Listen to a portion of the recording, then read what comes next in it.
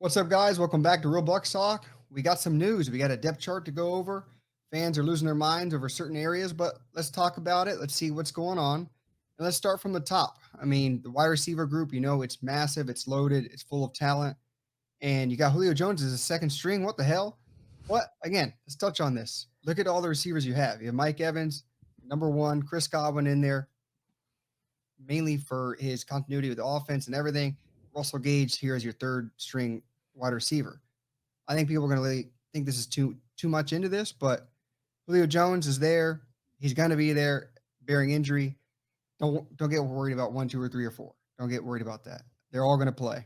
This offense is led by the wide receiver, but the big thing behind them, Tyler Johnson and Scotty Miller, seem to be your I guess 1A, 1B backups. So wide Right. receiver room plus. What do you think? Yeah, it's a great room, right? And great problem to have. It's been a position that we've been talking about pretty much all offseason training camp. And I think it's expected how it's shaped out. I think those four obviously are your top, and then Tyler Johnson, Scotty Miller behind them. And that makes sense because those two guys have been performing the best so far out of training camp. So yeah, and then you have Jalen Darden right there behind Scotty Miller. And then after that, it's a cluster of guys, behind everyone else. Brashard Perriman's been injured, so he hasn't really been practicing. Cyril Grayson has played pretty well throughout camp. Yeah, and Devin Tompkins as well, and then you have some other guys down there, Stearns, Geiger, and Cameron Brown. So again, it's a very close competition, but I think the right guys are in the right spots as of now. What is crazy is that Cyril Grayson, Devin Tompkins, they've been performing. It just they get overshadowed by these bigger names and just playing time. You want to see what Russell Gage has, Chris Godwin, Mike Evans, Julio Jones, bringing these guys in, getting reps in the offense. I mean, it's hard to see everyone. So it's not like they're playing bad. It's just there's so much talent in that room, and that's something we've touched on all offseason. All right, so let's run down the list. Left tackle, yeah, Donovan Smith. Who didn't know that one, even though some fans don't like it.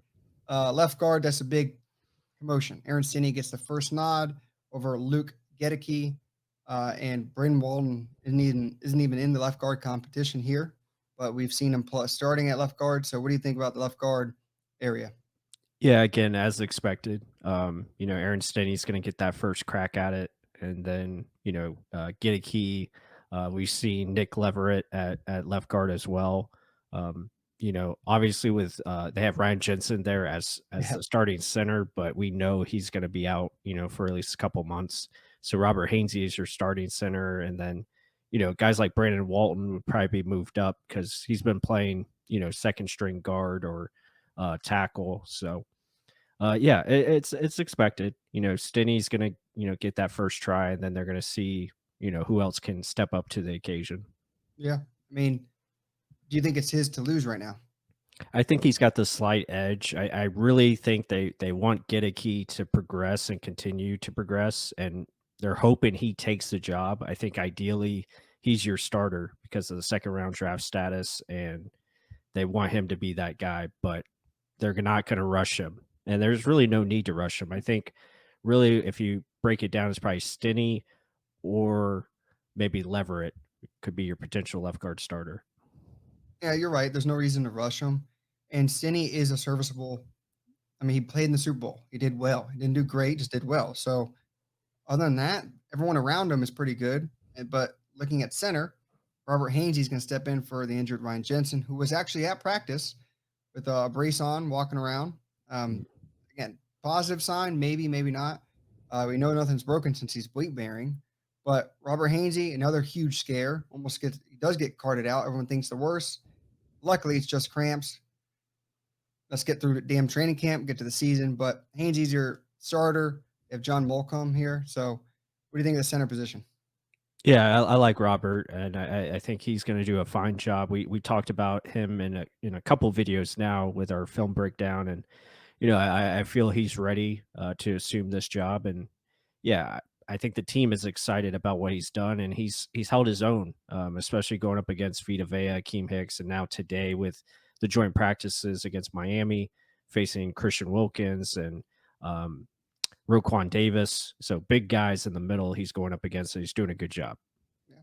And moving down the line, Shaq Mason, he's going to be your right guard. He's going to be staying there until someone else can say anything. It's a mainstay. That right side is safe. Shaq Mason, Tristan Wirfs, leave it alone. Tight ends, Cameron Brate's your number 1, Cal Rudolph 2, K. Otten 3. K. Otten's been making a lot of noise, a lot of good stuff, consistent. We've talked about him. I mean, this is how I would assume it'd be, and O'Keefe and a whole bunch of other people behind him. You would think this is your main 3. I don't know if they keep 4, bearing the amount of wide receivers that they're probably going to have to keep. Right. Yeah, no, that's a good list. I think that's the right order. I think O'Keefe is probably going to be like your hybrid tight end slash fullback. Yeah. If he's on the active roster, he's probably going to be a fullback in a lot of packages, if especially goal line situations, stuff like that. And obviously, it comes down to special teams. He's going to be a key guy on special teams as well. So yeah, that looks pretty solid right there. I don't have no surprises really. No bugaboos, right? Yeah. Uh, quarterback Tom Brady is your number 12, number 1 in your heart is right there at quarterback. I guess the only thing here, Blaine Gabbert 2 over Kyle Trask. That could be a flip flop, could be anything. I think they're just going with experience. I don't think it's that big of a deal.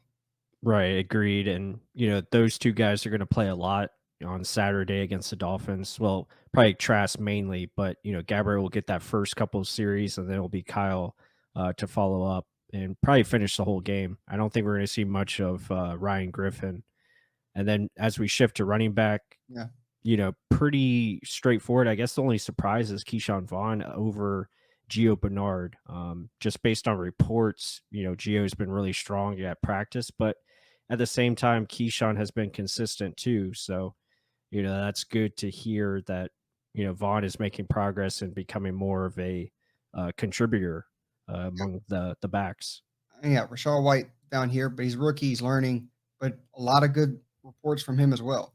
Big thing to me, I think Keyshawn Vaughn's just a bigger, more of a traditional starter running back body. Gio Bernard's more of a pass catcher, and he can be in on third down. I wouldn't assume he'd be the backup. He's just too small. I don't think he can stomach the load of taking on that many blockers that consistently, even though he is a good blocker. That's just my 2 cents. Yeah, no, that's good points. Yeah.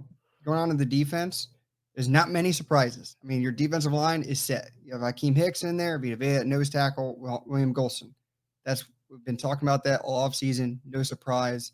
I guess backups, same thing. Just following suit. Logan Hall backup, Nunez Roches, Pat O'Connor in there. So any surprises there, defensive line wise? No, that's a really good top 6. I think a lot of teams would be happy to have those 6 guys on their team. It's too deep, and that's something that the Bucs have been looking for. That's a really good top 6 rotation there. Yeah, so nothing wrong with that. I like it. Just stay healthy. We're going to say that with every damn position. JTS, outside linebacker, Shaq Barrett, outside linebacker, mainstays, Levante and Devin White. Again, your front 7 is insane.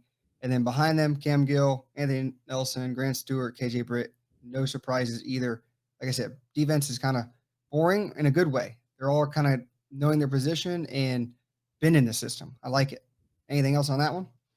No, that's pretty straightforward. The only name I don't see, though, is Elijah Ponder. I mean, unless he's just not on the screen. But yeah, I mean, that's pretty straightforward, though. JTS and then Cam Gill as the backup. Obviously, the middle set with White and David, Shaquille Barrett, Anthony Nelson. Those are like your top guys. So yeah, pretty good. And here's the only, I guess, big talking point. Your cornerbacks, Carlton Davis, obviously your number 1. Sean Murphy Bunting in there. Some people will probably get mad. Jamil Dean needs to be in there. But we're talking before this. SMB has always been the cornerback 2. Last year he started there. Jamil Dean was on the bench. Then he gets hurt first game of the season, and it's not even written anything. Oh, he was always a nickel corner. Well, not necessarily. He won it last year, so obviously the coaches are seeing something that fans don't see or don't want to see.